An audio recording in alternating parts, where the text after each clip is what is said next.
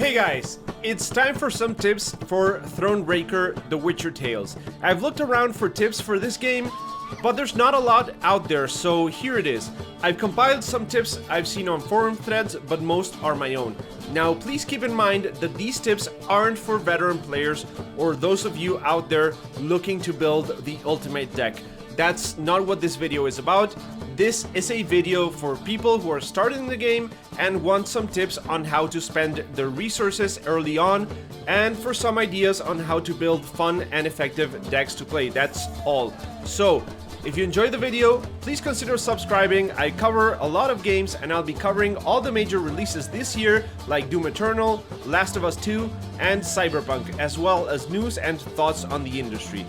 So, that said, let's get right to it. I'll first be going over some resource management and spending.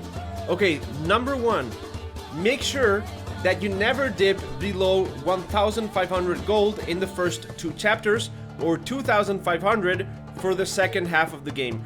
There are some decisions that might ask you to fork up a decent amount of cash, so keeping that amount will make sure that you have the extra resources to spend when the moment comes, and also have enough to craft some extra cards should you need them.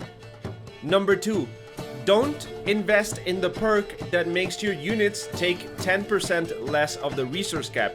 If you don't know what this is, it's the 125 right here, which means that you can't have a deck where the cards add up to more than that in value. There's another perk which will grant you a 25-point increase, which is more than double what you get with this one, since artifacts aren't affected by the 10% decrease. But it's also worth 50% less wood and only 25% more gold.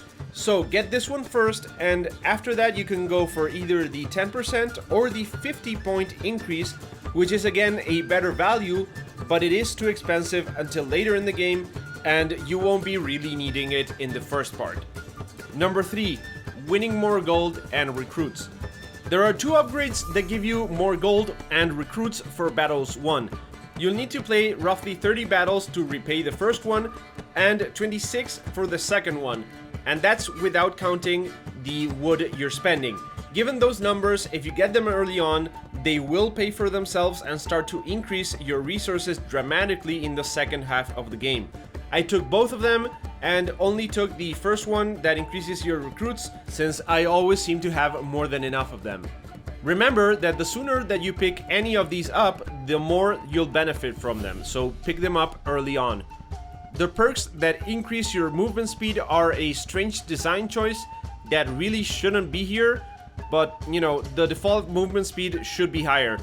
You will have enough resources to get both of them without losing too much, so just get them if you feel like the movement is too slow or you like exploring everything there is to see.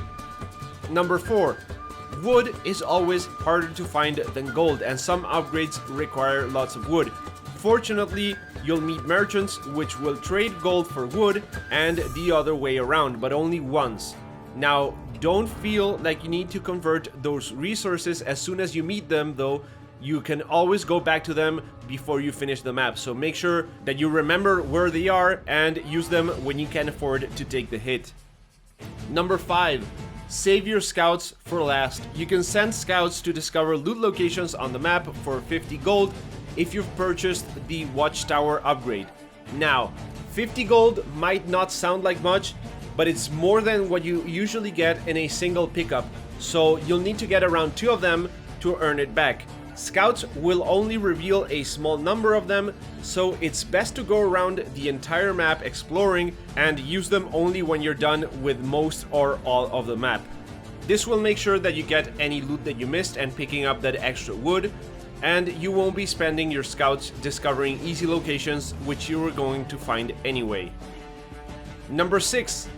Talk to everyone 3 times.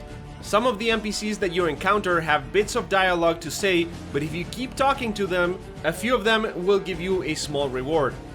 Number 7. Decision making. If you don't want absolutely anything spoiled about the mechanics of decision making in this game, skip to the time on screen for the next tip.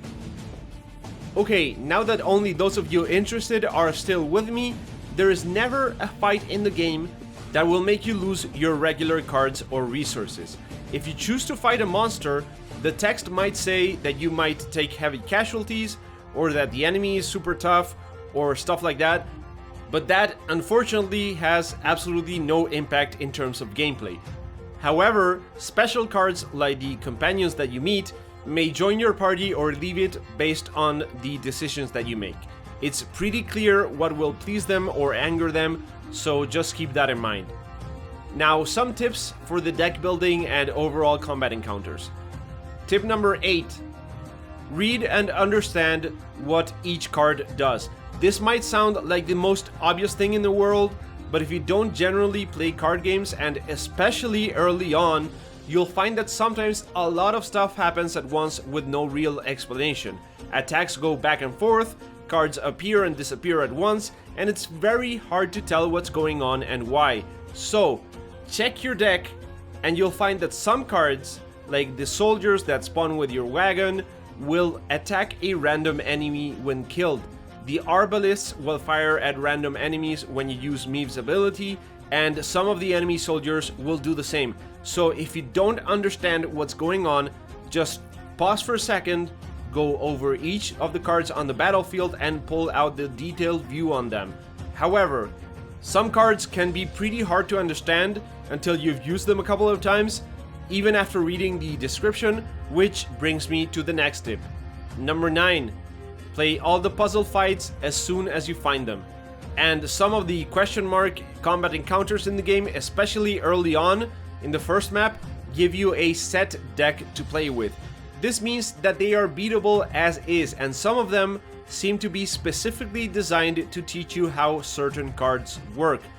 There's one that teaches you to kill your own soldiers with your foragers to trigger an attack, and another one teaches you to make the most out of your row switching abilities to boost the attack power of your wagon. There's no deck building or luck involved in any of these fights, so make sure that you play all of them as soon as you encounter them. Some are really tricky, but you can always reload your last save and get back to them later on. Number 10. Trinkets. This is pretty quick. Whatever trinkets Meve has equipped will always appear on your first draw of cards. So if you have 3 equipped, 3 of the 10 cards that you draw on your first turn will always be those 3 trinkets. That's one of the reasons that having too many cards or too many different cards can work against you. Okay, lastly, I will give some general advice for deck building. These aren't specific tips, it's just to help you in the first few hours of the game. Again, this isn't geared towards hardcore players, but rather for players that don't usually play these types of games, or that might be having some trouble making their own deck after a certain part of the story. Now, a very easy way to make sure that you score a lot of points is playing more cards. So, to help you do this, you have access to many cards which can draw additional cards from your deck. Your deck meaning the 25 or so cards that you have selected, and not all the cards available at camp. Units like the Regiment Drummer, the Illyrian Pathfinder, and Black Rayla can be used to pull additional cards, and there are even some pretty sick combos that you can pull off if you combine them with Reynard's or Savior's abilities to provide additional orders. This will allow you to pull more than 5 cards from your deck in a single turn. Now, most battles in the game last only 1 round, and since you draw only 10 cards at the start, being able to put additional cards on the field will be one of your best tactics throughout the entire game. The Aretusa Adept is also a great card which will add cards to your deck mid-combat. As a general rule, you don't want to have more than 25 cards in your deck, since the more you have, the more difficult it will be to get the card that you want when you redraw. But if you're playing a 3-round battle, you might want to have a bit more to make sure that you can pull as many cards as you can in the 2 rounds that you need to win. Also, do keep in mind that you can sometimes recreate standard cards that you might have lost back in the camp. Other than that, I don't think the game is too hard. If you're having trouble with a specific fight, make sure to just reload your last save, and tune your deck for whatever it is that you need to do. Sometimes you need to deal a lot of damage, sometimes you're fighting elves. So if you're struggling with a specific fight, just go back, edit your deck for that specific battle, and play it again, and you shouldn't have any problems. Okay, that will be all for now. As always, I hope you enjoyed watching, and if you did, make sure to leave a like, comment, subscribe, and I'll catch you in the next one.